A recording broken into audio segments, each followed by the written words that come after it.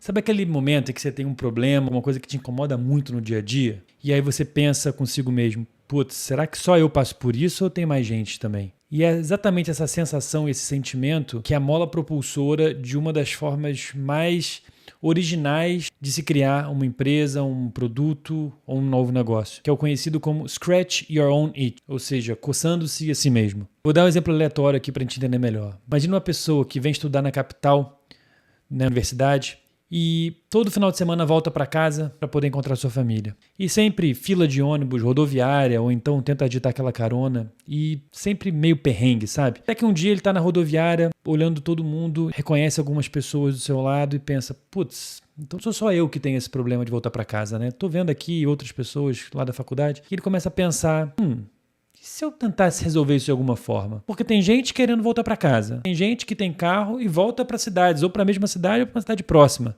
Será que não dá match aí? E esse exemplo aparentemente fictício é quase exatamente como surgiu o gigante das caronas chamado BlaBlaCar. Na França, em 2006, Frédéric Mazellat queria voltar para casa no Natal e estava na estação de trem lotada, os trens não vinham. E ele olhava para fora e via um monte de carro andando com uma pessoa só.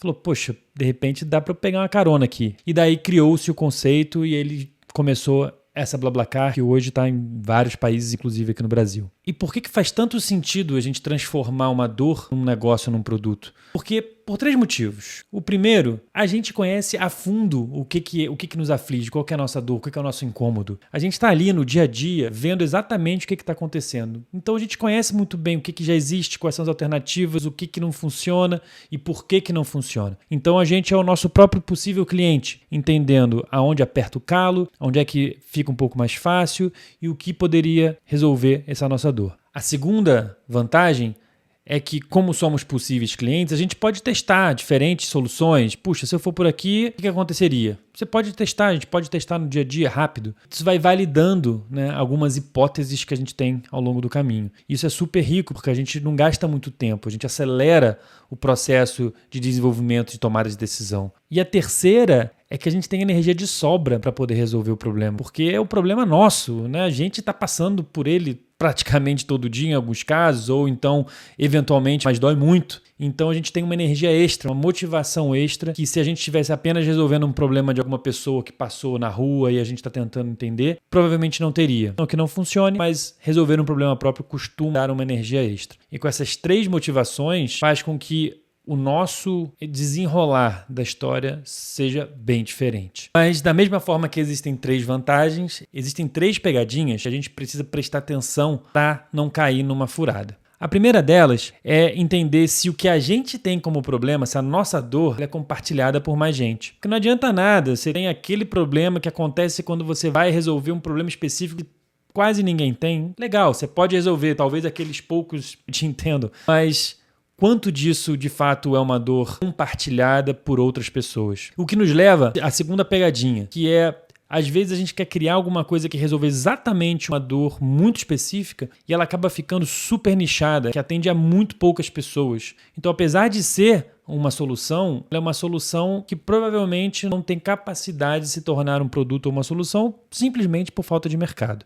E isso é o que a gente precisa prestar atenção quando a gente está criando uma solução para um problema próprio. E por fim, algo que a gente aprende, que a gente é do Jardim de Infância da Inovação, que é a frase apaixone-se pelo problema e não pela solução. E às vezes a gente fica meio apegado, fica meio com ciúme da nossa solução, porque, poxa, fui eu que pensei, o problema é meu, eu resolvi tudo. E muitas vezes a gente vai precisar adaptar, ajustar, conforme a gente vai falando com outras pessoas, para entender se de fato aquela solução é para aquele problema. Falando em Scratch Your Own Itch, resolvendo um problema próprio, tem alguns exemplos de empresas muito conhecidas ou outras menos conhecidas para mostrar como realmente pode ser um bom negócio resolver um problema próprio. A primeira, talvez uma das mais conhecidas no mundo, é o Airbnb. E seus 2 fundadores estavam tentando resolver um problema que não conseguiam pagar aluguel e tinham um colchão de ar em casa e aproveitaram uma conferência que estava acontecendo em São Francisco para poder alugar esse colchão de ar. E realmente, no primeiro dia, ambos designers criaram um site chamado Airbnb.com lá no início e isso funcionou, alugaram o colchão e daí viram que existia um negócio. Claro, muito desenvolvimento daí para frente, mas tudo começou resolvendo um problema próprio. Tem um outro exemplo que é sensacional, que é uma empresa chamada Dollar Shave Club. E um dos seus fundadores estava cansado de gastar praticamente $20 na época em aparelhos de barbear todo mês, nas lâminas de barbear, e resolveu, então não, agora não vou mais comprar, vou fazer uma e vai custar $1 só. E se juntou com os outros e fizeram um lançamento, inclusive sensacional. Vou deixar o link aqui do vídeo do lançamento do YouTube, que é muito bom. E criaram uma gigante, que inclusive depois venderam para a Unilever por $1 bilhão, ou seja, funciona muito bem. Um outro caso conhecido é o do software de design, na verdade um serviço de software, um SaaS, que é o Canva, que surgiu quando 2 professores tentavam ensinar o uso de softwares mais complicados de design e perceberam que era muito difícil ensinar, as pessoas não entendiam o que estava acontecendo. E com isso eles conceberam um serviço, um software mais simples de se usar, que basicamente era voltado para todo mundo, menos os especialistas. E foi um sucesso, como provavelmente muitas pessoas que estão vendo aqui usam o Canva para as suas artes, para a rede social e até para apresentações quando vão fazer. Um caso menos conhecido de uma empresa de Hong Kong se chama Klook, eram duas pessoas que estavam tentando viajar para o Nepal e organizar a viagem com os passeios e turismo local, e foi muito difícil encontrar informações sobre os passeios locais, olha só.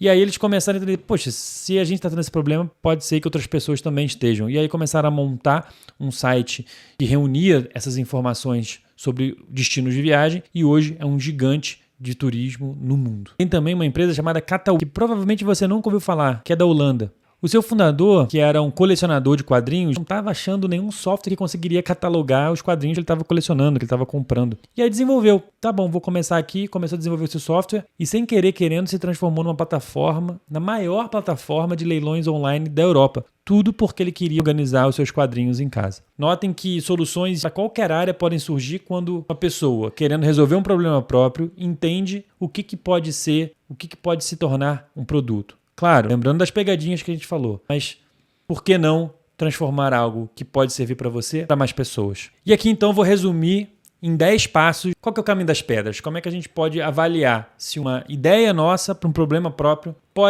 tem um candidato ali para alguma coisa que pode virar algo maior, um produto, uma empresa.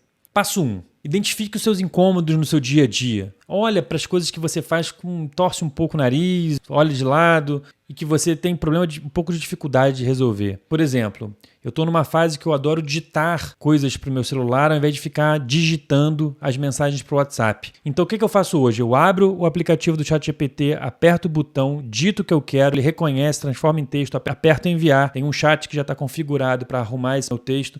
Depois eu seleciono todo o texto, copio, vou para o WhatsApp, clico na conversa e colo e envio. Muitos passos para conseguir fazer o que eu quero. Depois vem o passo 2, documentar exatamente o que está acontecendo. Porque posso durante o meu dia a dia só sentir esse incômodo, ficar aqui meio chateado, mas não entender muito bem o que está acontecendo. Então no momento que está acontecendo, observa e o que pode estar te atrapalhando, o que te incomoda exatamente naquilo. No meu caso, é mudar de aplicativo, um monte de clique. Às vezes eu estou na rua, estou querendo responder alguma coisa rápida e não dá para parar para fazer esse processo todo. Eu preciso olhar para o telefone, segurar com as duas mãos, apertar aqui, apertar ali, apertar.